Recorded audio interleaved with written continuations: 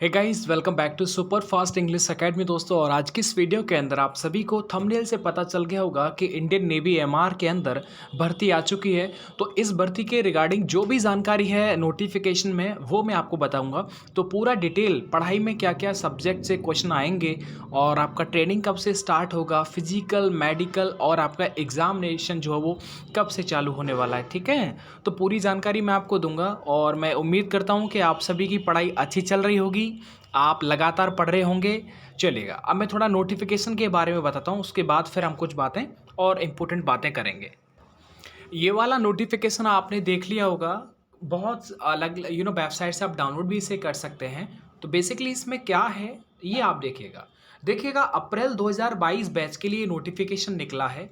और यहाँ पर मैं आपको बता दूं कि इंडियन नेवी के अंदर ये एमआर की पोस्ट निकलती है। ये लिखा है ना, सेलर्स फॉर मैट्रिक रिक्रूट, यानी कि जो 10वीं पास होते हैं ना उससे ये भर्ती निकलती है। और इसमें यदि आपने 10वीं पास कर रखी है तो आप इसका फॉर्म भर सकते हैं। और इसमें सिर्फ मेल कैंडिडेट्स ही फॉर्म भर सकते हैं, फीमेल जो होती हैं वो एमआर के लिए अप्लाई नहीं कर सकती हैं। ठीक है, तो यहाँ पर देखो लिख रहा है कि अनमैरिड मेल, तो अनमैरिड मेल जो होंगे वही सिर्फ इसका फॉर्म भर सकते हैं। इस बार जो वैकेंसी आई है एमआर के अंदर वो 300 वैकेंसी है। 300 वैकेंसी है और यहाँ पर लिखा हुआ है कि अप्रैल 2022 बैच के लिए 300 वैकेंसी जो है वो निकाली गई हैं। और यहाँ पर जो ये शेड्यूल होगा कितने बच्चों को बुलाया जाएगा, ये पिछली बार की तरह ही कर दिया इन्होंने। और इसमें स्पेशल बोला गया है कि 1500 यानी कि 3000 वैकेंसी के लिए 1500 बच्चों को बुलाया जाएगा। अब 1500 बच्चों को बुलाया जाएगा, इसका मतलब ये रहा कि आपका जो एग्ज़ाम देने के लिए जो एडमिट कार्ड आएगा वो परसेंटेज बेस पर आएगा। यानी कि पहले जो हुआ करता था नेवी के अंदर, एयरफोर्स के अंदर, कि जिनका परसेंटेज बहुत अच्छा है उनको ही नेवी एमआर में या फिर एसएसआर डबल ए हो या फिर एयरफोर्स एक्सवाई हो उनके अंदर वरीयता दी जाती है। तो इस बार भी सेम वही है। और नीचे जो रीज़न दिया है वो कोरोना जो है कोविड-19 पैंडेमिक का रीज़न उन्होंने दे रखा है। फिलहाल मेरी जिम्मेदारी आप सभी को ये सारी चीज़ें बताना, फिर आप अपनी सारी बातें कमेंट बॉक्स में रख सकते हैं, मैं ज़रूर आपकी कमेंट को पढ़ूंगा। यहाँ पर 1500 वैकेंसी हैं और इन्होंने स्पेशल बोल रखा है कि देखिएगा यहाँ लिख रहा है ना कि ये 1500 candidates will be called for written examination and physical fitness test. The cut marks for appearing in the written examination में vary from state to state. इन्होंने बोला है कि राज्यों, अलग अलग राज्यों के हिसाब से 1500 बच्चे जो बुलाए जाएंगे उनकी जो कट ऑफ होगी ना वो अलग अलग राज्यों के आधार से जो है वो अलग अलग डिफरेंट होगी, वेरी करेगी। यानी कि यूपी की अलग रहेगी, हरियाणा की अलग रहेगी। जिसका ज़्यादा परसेंटेज है उन्हीं को ऊपर से जो है सीनियर जो जितनी भी होंगे उनको उठा लिया जाएगा। तो ये यहाँ पर इन्होंने बता रखा है। एक और चीज़ याद रखें कि जिस दिन आपका पेपर होगा उसी दिन आपका पीएफटी होगा। ठीक है, और जो भी बच्चे रिटन एग्ज़ाम में क्वालिफाई होंगे उन्हीं को पीएफटी उसी दिन उसी सेंटर पर जो है देना होगा। और क्योंकि पीएफटी एक क्वालिफाइंग नेचर है, आपको सिर्फ वो जो है वो पास ही करना है, वो भी मैं आगे बता देता हूँ। तो देखो शेफ़ है, स्टीवार्ड है, हाइजीनिस्ट है, ये यहाँ पर पोस्ट निकली हैं। 10वीं क्लास से ये वैकेंसी है।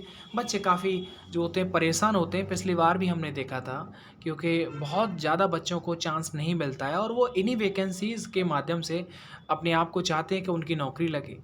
तो आज के टाइम पर सच में नौकरी की बहुत ज़्यादा जो है रिक्वायर्ड है।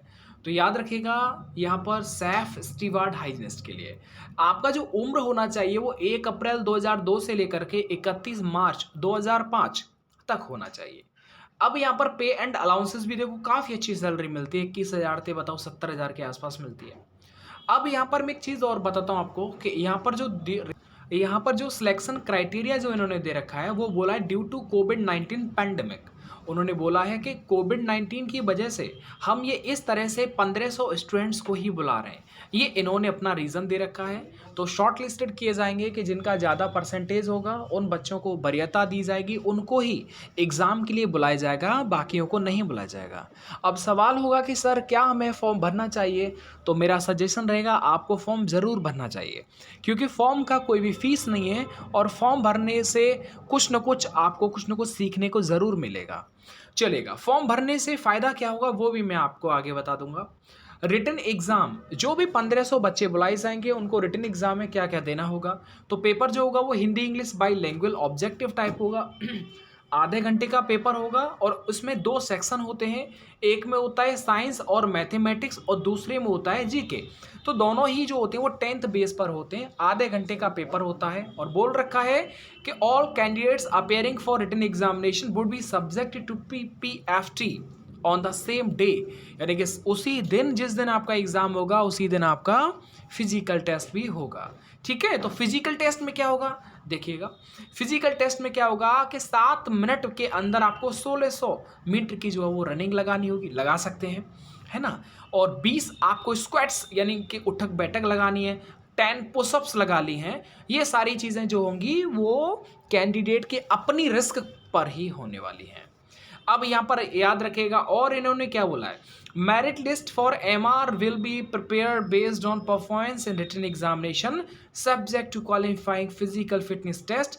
Approximately 400 candidates will be suit called for enrolment medical examination at INS Chilka. कुल मिला के 100 की बात यह है कि वैकेंसी है 300। पहले बच्चों को बुलाया जाएगा 1500 और 1500 बच्चों में से जो भी एग्ज़ाम क्वालिफाई करेगा, जिन्होंने भी जो है PFT क्वालिफाई करेंगे, उनमें से ये 400 बच्चों को मेडिकल के लिए INS चिल्का बुलाएंगे और 400 में से 300 बच्चों को ये नौकरी दे देंगे। 100 बच्चों को डिस्क्वालीफाई कर दिया जाएगा। या फिर मान लीजिएगा 400 में से 350 बच्चों का मेडिकल क्वालिफाई है लेकिन उनको लेना है 300, तो 300 वो मेरिट आधार से ले लेंगे। तो वो अच्छा, ये चीज़ें आपको समझ में आ गई। कुछ चीज़ें और भी इसमें इंपॉर्टेंट हैं, वो थोड़ा मैं आपको बता देता हूँ। ये देखिएगा, अप्लाई करने के लिए ये जो डेट है वो है 29 अक्टूबर से 2 नवंबर के बीच में आप इसे अप्लाई कर सकते हैं। उम्र मैंने बता दिया। और जो इम्पोर्टेंट चीज़ है वो मैंने कुछ नीचे पढ़ी हुई थी कि जब आप एग्ज़ाम देने के लिए जाएं तो आप अपना एक कोविड-19 का RT-PCR जो टेस्ट करवा लेना और उसका सर्टिफिकेट लेकर के जाना है। और ये जो सर्टिफिकेट होगा ये जब से निकलेगा ना उसके बाद से 72 आवर्स के लिए वैलिड होगा, यानी निकलवा करके सीधे आप चले जाइएगा। तो ये चीज़ें थोड़ा आप याद रखिएगा, RT-PCR भी आपका लगेगा। और लास्ट डेट है ऑनलाइन एप्लीकेशन की 2 नवंबर 2021 तक ये फॉर्म भरा जाएगा। तो ये सारी चीज़ें थी जो मैंने आपको बताई। मेरे संज्ञान में आया तो मैंने आपको इंस्टेंटली वीडियो के माध्यम से आपको समझा दिया कि मामला क्या चल रहा है। बच्चे काफ़ी परेशान हैं, वो इसलिए क्योंकि वो सभी चाहते हैं कि नेवी MR के अंदर हम अपना जो है लक को आजमाएं। और काफ़ी विद्यार्थी ऐसे होते हैं जो काफ़ी दिनों से लगातार तैयारी करते रहते हैं द इंडियन नेवी के लिए, द एयरफोर्स के लिए। अब अगर ऐसा होता है तो सच में ये एक बहुत ही गलत बात है, बच्चों के भविष्य से एकदम खिलवाड़ करना है।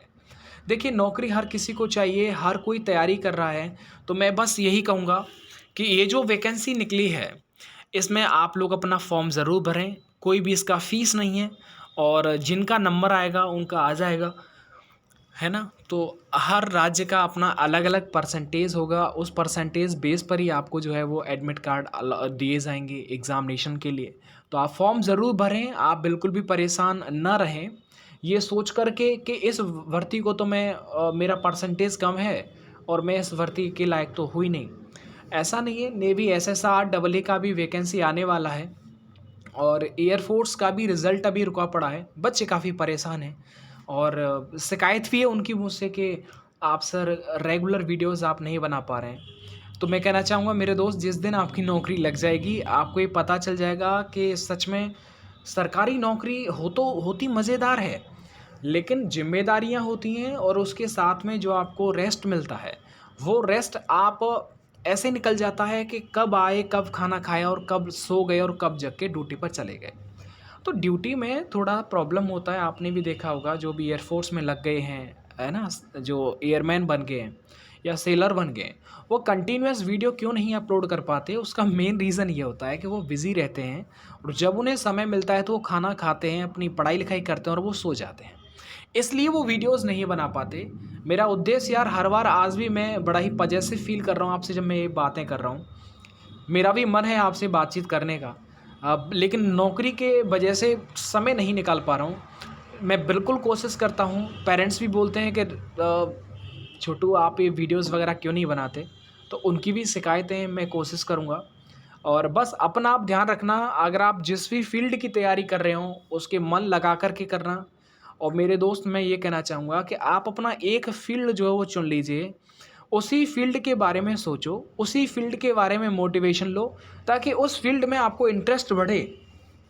ये मैं आप सभी से एक रिक्वेस्ट करूँगा, एक फ़ील्ड चुन लो, ठीक है? तो नेवी एमआर वाले विद्यार्थी जिनका हायर परसेंटेज है, वो फॉर्म ज़रूर भरिएगा, ठीक है जी। जो भी उनका मन है, फ्री में है, कोई पैसा आपका नहीं लगेगा, तो फॉर्म तो भर ही दीजिएगा। बाकी जो भी आपका सजेशन रहेगा, आप मुझे कमेंट बॉक्स के अंदर ज़रूर बताएँ, मैं आपके कमेंट को ज़रूर पढ़ूँगा।